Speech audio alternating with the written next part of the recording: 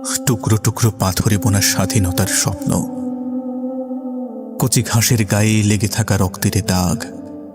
তোমরা বোঝো না, তোমরা বোঝো না কতটা অধিকার হারা হলে আপন সন্তানের মৃতমুখ দেখেও বাবা বলে ওঠেন, হে আরশের মালিক, তবু আমার পরিচয়টুকু নিশ্চিত করো। অথচ তোমরা পাথরের টুকরোগুলোকে ভয়ঙ্কর বলো বোমারু বিমানের চেয়ে। তাদের পক্ষে জলসা বসাও, শঙ্খ করো, সন্ত্রাসবাদের তকমা দিয়ে অস্বীকার করো স্বাধীনতার সংগ্রাম। অন্যান্য মানবাধিকারের হিসাব দূরে থাক, শুধু এতটুকু হিসাব করো, কে কতজন মানুষ মেরেছে, কে কতটা দখলবাজ। তবে জেনে রেখো, একদিন এইসব পবিত্র পাথরের টুকরোই আল আকসাকে মুক্ত করার জন্য যথেষ্ট হবে।